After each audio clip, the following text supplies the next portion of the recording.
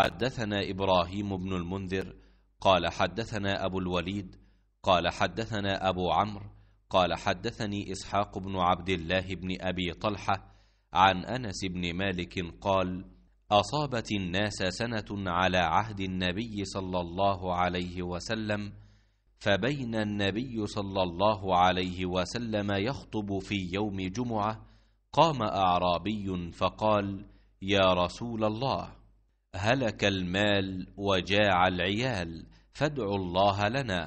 فرفع يديه وما نرى في السماء قزعة، فوالذي نفسي بيده ما وضعها حتى ثار السحاب أمثال الجبال، ثم لم ينزل عن منبره حتى رأيت المطر يتحادر على لحيته صلى الله عليه وسلم، فمطرنا يومنا ذلك ومن الغد وبعد الغد والذي يليه حتى الجمعة الأخرى.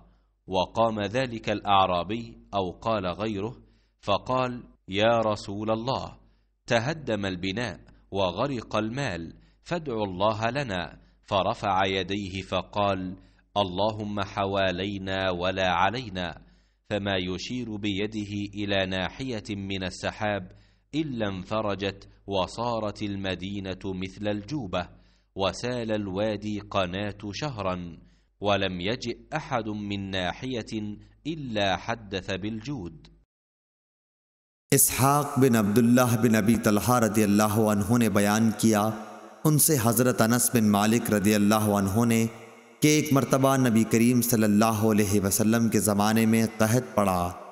آپ صلی اللہ علیہ وسلم خطبہ دے رہے تھے کہ ایک دیہاتی نے کہا: یا رسول اللہ صلی اللہ علیہ وسلم، جانور مر گئے اور اہل و عیال دانوں کو ترس گئے، آپ ہمارے لیے اللہ تعالیٰ سے دعا فرمائیں۔ آپ صلی اللہ علیہ وسلم نے دونوں ہاتھ اٹھائے۔ اس وقت بادل کا ایک ٹکڑا بھی آسمان پر نظر نہیں آ رہا تھا۔ اس ذات کی قسم جس کے ہاتھ میں میری جان ہے، ابھی آپ صلی اللہ علیہ وسلم نے ہاتھوں کو نیچے بھی نہیں کیا تھا کہ پہاڑوں کی طرح گھٹا امڈ آئی، اور آپ صلی اللہ علیہ وسلم ابھی منبر سے اترے بھی نہیں تھے کہ میں نے دیکھا کہ بارش کا پانی آپ صلی اللہ علیہ وسلم کے ریش مبارک سے ٹپک رہا تھا۔ اس دن، اس کے بعد اور متواتر اگلے جمعے تک بارش ہوتی رہی۔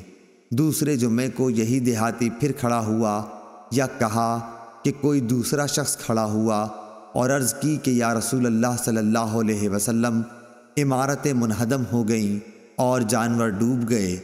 آپ صلی اللہ علیہ وسلم ہمارے لیے اللہ سے دعا کیجئے۔ آپ صلی اللہ علیہ وسلم نے دونوں ہاتھ اٹھائے اور دعا کی کہ اے اللہ، اب دوسری طرف بارش برسا اور ہم سے روک دے۔ آپ صلی اللہ علیہ وسلم ہاتھ سے بادل کے لیے جس طرف بھی اشارہ کرتے ادھر مطلع صاف ہو جاتا۔ سارا مدینہ تالاب کی طرح بن گیا تھا، اور قنات کا نالہ مہینہ بھر بہتا رہا، اور ارد گرد سے آنے والے بھی اپنے یہاں بھرپور بارش کی خبر دیتے رہے۔ صحیح بخاری حدیث نمبر 933۔